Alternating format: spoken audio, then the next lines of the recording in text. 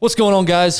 Hope you're having a great week and a great Friday so far. I was going to make a joke, Darren, that we look like twins right now, but now that I look more closely at your shirt, you got some... I got some speckles. You got some speckles design on there that I don't have. You like snowflakes? Like, honestly, like, you ever seen Christmas? When you really look at the shirt, you have Christmas, how they have the snowflake on the...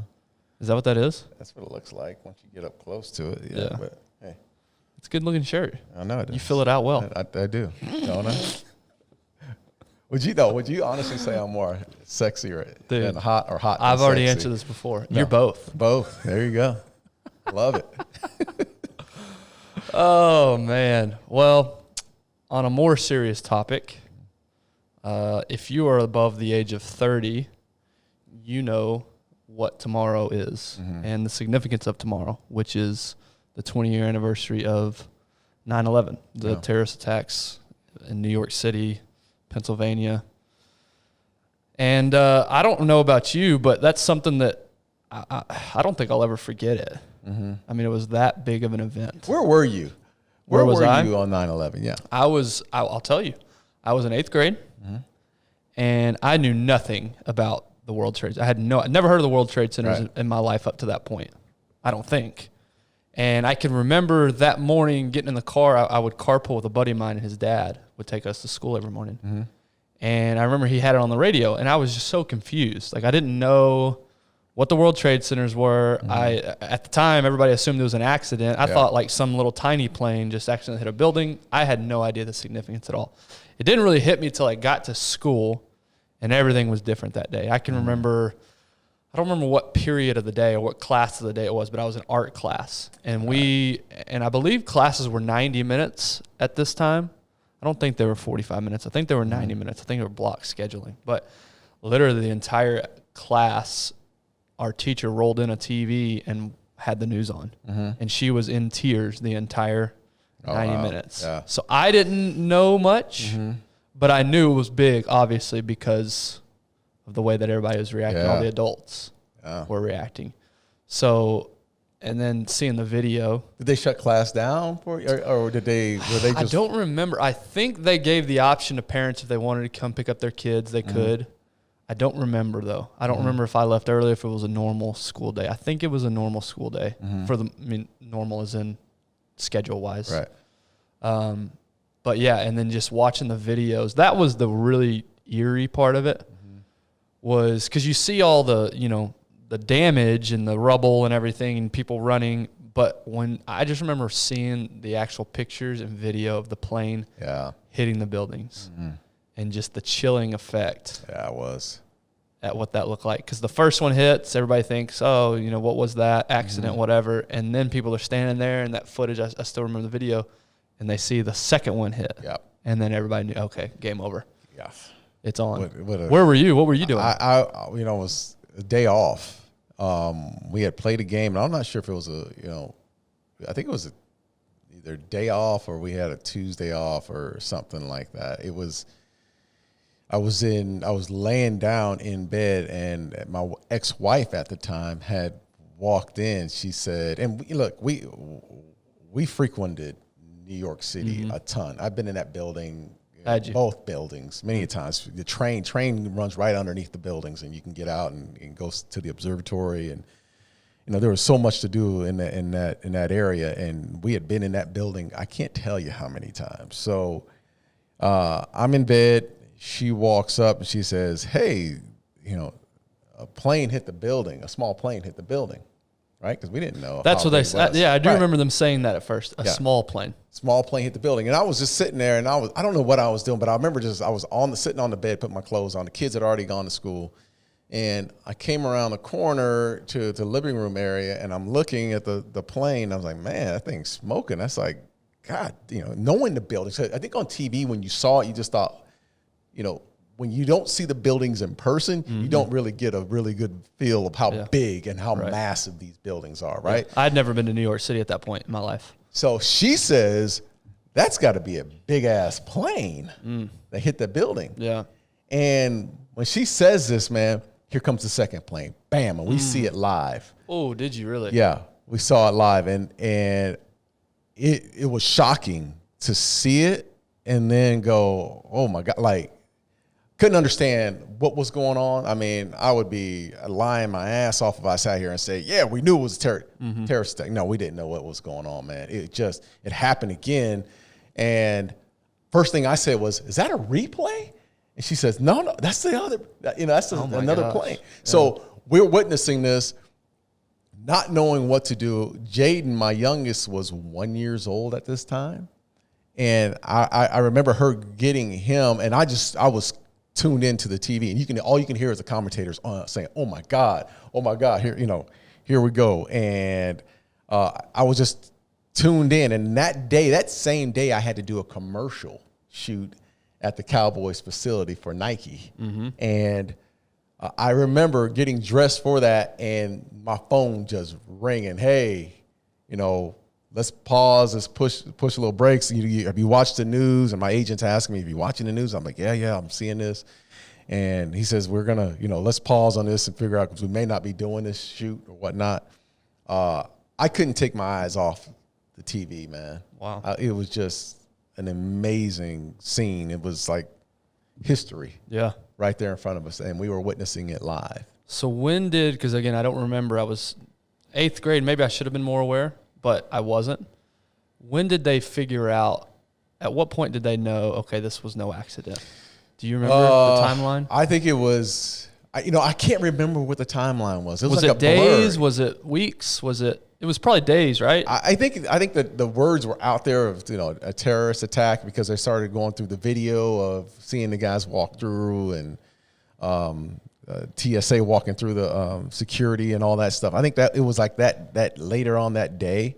Early on, it was just nothing. It was just like, this is just happening, and then the lives, and then the buildings falling, and then the whole. I think we were so caught up in what was going on at that moment that whoever had done it, that wasn't the process. It was the buildings, and it was Washington, D.C., and then it was the flight in Pennsylvania. So things started to unravel and unfold as the day went on, as far as what was actually happening. Mm-hmm. Yeah, I mean, was Dallas, like, were people in Dallas thinking, we could potentially be next? As weird as it is to say, in Abilene, we have an Air Force base in Abilene. Mm-hmm. And at the time, to my knowledge, it was one of the only Air Force base, if not the only Air Force base with B-1 bombers. Mm. And so I remember hearing, I don't know if this was ever true or not, but I remember hearing Abilene was actually supposedly on a target list of some sort. Right. And so I think people in Abilene were on high alert, but I'm wondering, people out here in the bigger city thinking, do we have any big events that are coming up that we could be in trouble for? I mean, what was the feeling out here? I remember the crazy thing is that, so we this happens, and it was later, I had to do that Nike, as I mentioned, that Nike shoot supposedly in that morning, but we pushed it back a few hours. And I remember actually going to do the shoot at 1 o'clock, 2 o'clock in the afternoon, and where our practice facility sat in Irving, Valley Ranch, the airport is 10 minutes away, right in Irving. Yeah. So the DFW is right down the street. And every day you see planes flying in, flying out. I mean, it's just the busy, you look up, there's always a plane flying overhead, especially DFW, how busy DFW is. It was eerily quiet, and it was weird to see. Y'all went about practice and everything? No practice. This was the day of. I'm doing the shoot, and I'm watching. There's nothing going on. And here's the weird thing about it. There was a plane. It was dark in nature. I don't know what color it was, man. It was the biggest airplane I've ever seen in my life. That was circling. That was circling. And it was the only thing in the sky. Huh. It was huge. Like, when I say, like, it was massive. And I remember it coming down low, and then it just, going up, and then, we were trying to follow it and track it during the shoot, and it got up really high, but it took off. I don't know if it was coming in to land and then taking off again, but I saw it and I was like, my Lord. And we all stopped on the field and looked up, and I'm like, man, this thing is massive. Did you ever find out what it was? Never found out what it was. Huh. I had no idea. Interesting. No idea. Did they halt games that week? I think we halted games that week. and then we played the following. I think we played the following week after that. But there was a huge decision to be made. So the practice, as far as the NFL is concerned, the teams in New York, man, were hit really hard. Yeah. The Jets and the Giants, of course. The NFL put everything on pause for a while. I remember we were kind of in and out of practice. We showed up, but we didn't, we didn't have a game. Ended up having a game. They announced that they're going to push the games back. But it was just a weird time, and it was something that was just so unnatural and so, outside of the norm for us because nothing stops the NFL. Like nothing stops the NFL. Yeah. Like it's just you play, and this shut the country down, man. Yeah. Yeah, I remember baseball, President Bush throwing out the pitch and just the New York crowd going nuts. I remember just everybody talks about all the time the September 12th, how we all pulled together as a nation. Yeah. And everybody banded together, and this was a common enemy. And it was just September 11th. Yeah. Yeah. Well, September 12th was the reaction, right? Day, everybody coming together and knowing it was a weird, that's what I thought. COVID may have been like, because we're all facing a common enemy. Yeah. COVID ended up splitting us apart as opposed to bringing us together like 9/11 did. Yeah, it's just interesting, the reaction there. But you just said that, man, and it just brought chills back to me because I remember, like, nothing mattered, man. No, nothing mattered. Only thing that mattered was, of course, your family, your health, but the strength of just being an American at that time. Like there was no prouder moment than. It wasn't like we were so scared and like, I was scared. Like I was like let's bow up. Like that's what everybody thought. You know what? Let's get dirty then. Yeah. Like, I mean, that's the feeling. I was so proud of our military. I was proud of I didn't care if you liked Bush or if you didn't like Bush. I was proud of the fact how he stood up. How the country rallied behind. There were no party lines, man. Right. We all rallied behind each other. There were no Democrat versus Republican. No, man. We were all together. Like, we were all together as one. And that was, to me, I mean, even before the games, man, we started playing the games. And before the games, dude, we're dapping each other up, hugging each other before, the other opposing teams. And, the national anthem's going on. Everybody's crying, got tears in their eyes. Because we were just proud to be who we were. We were just playing a game. Yeah. Yeah, I think you nailed it. It put in perspective what our problems really were. Yeah. Which weren't that big. Little things you worry about. Did you know anybody in the buildings? Yeah, actually, I didn't know anyone personally. This through secondhand of knowing some of the people that I knew in New York. A good friend of mine was in the building right across from the World Trade Center and saw both planes hit. Jeez. And they got evacuated pretty quickly. He was one of the guys that was running down the street. Yeah. Met a lot of the guys that were in the fire department, months later, as we went to New York and played the Giants, and some of those guys came up and spoke to us. That was, watching it on TV was one thing, man, but just the magnitude of how many people were affected was just, it was so painful, man, to see so many people mothers and fathers went to work that day and didn't come home. Yeah. Yeah, I ended up training a guy who was in the building that day. Obviously, he survived. But, yeah, he was there. What about, like, travel? When did you start noticing a difference in travel? Oh, man. I mean, immediately, right? Immediately. Yeah. Immediately. And I wasn't traveling, per se, individually at the time because, again, it was football season. So we were traveling as a team, but I remember security got really tight, like really tight. We used to just walk on, we had a chartered plane and we would just walk up. Yeah. There was a gate, you walk right up on the plane and you go. Right. There was a whole checklist, a security list moving forward, which was, again, outside the norm. Life changed. Yeah. I mean, still to this day, you fly and it's so restricted, which is a great thing, obviously. Yeah. Obviously, they don't allow anything on the planes anymore. Yeah. I was too young. I don't remember travel necessarily, but I think that's the point. It's the perspective of, and then obviously you touched on it a little bit, but the military going over to Afghanistan and fighting that war for the last 20 years, which is, whatever your opinion on that is, if we should have, we should be out of there, we should be staying there. It gave us 20 years of safety. Yeah. Essentially. Yeah. We haven't had another attack like that since. Yeah. And there's a lot. I mean, look, we can go down that rabbit hole, but, you know, I remember someone said, hey, you're either going to fight them there or you're going to fight them here. Mm-hmm. Which one? Yeah.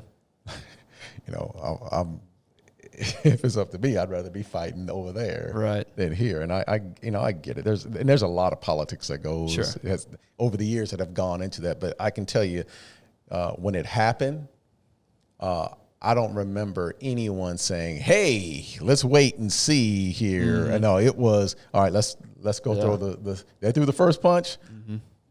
No, we're swinging now. Yeah. So and again, I was so proud to be, you know, an American at that time, man. Yeah, we pulled together. Yeah.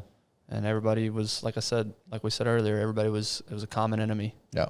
And again, we wish we would react to all things together, adversity that way. Yeah, and united and put aside your petty differences. But unfortunately, I guess that's not the case. Yeah. So, yeah, I mean, the military, so grateful to them, everybody who went over personally, their families. Mm-hmm. If you're listening and you serve, thank you so much for keeping us safe. If you were affected personally, we're thinking about you today and tomorrow and this whole weekend and always. I mean, really, because every anniversary we think about it, but to be honest with you, it's always in the back of your mind if you were old enough to remember what happened. Yeah. And I just talked to, yesterday I was talking to my son Jaden about 9/11, and he said he was 1 year old, of course, but he remembers like 3 or 4 years later how that progression, even when he was like 5 or 6, he was hearing about 9/11, right? And I remember him being inquisitive about it. I remember my kids, my oldest son, DJ and Miranda, going to school and coming back asking, what happened. And it's having conversations around the table. Like there was fear. Mm-hmm. There was fear for the first time in my lifetime. I mean, I was born in 1969. So think about it. Vietnam was what was going on. But I was I was a baby. I didn't know anything about Vietnam or whatnot. It was the first time that this country had, actually, I'll take that back. So the Iraq War, the Iraq War was in 92, 93, but it was the first time that we had actually been hit here in our country. Yeah. And so it was just a different scene, a different understanding of there was some vulnerability for the first time as an American. Yeah. My wife's birthday is actually 9/11. Oh. She was in 5th grade. She remembers she was handing out donuts when it was all for her party, her birthday party. So she was young, 5th grade, but yeah, I mean, it's just a weird, obviously it's her day to celebrate her birthday, but it'll always be linked to that day. Yeah. So yeah, anyway, like I said, if you were personally, which we all were affected, but if you were personally affected, knew somebody that were thinking about you today, super fortunate to live here. Super grateful to all the men and women who sacrificed for us. So we appreciate you guys. We love you. Hope you have a great weekend.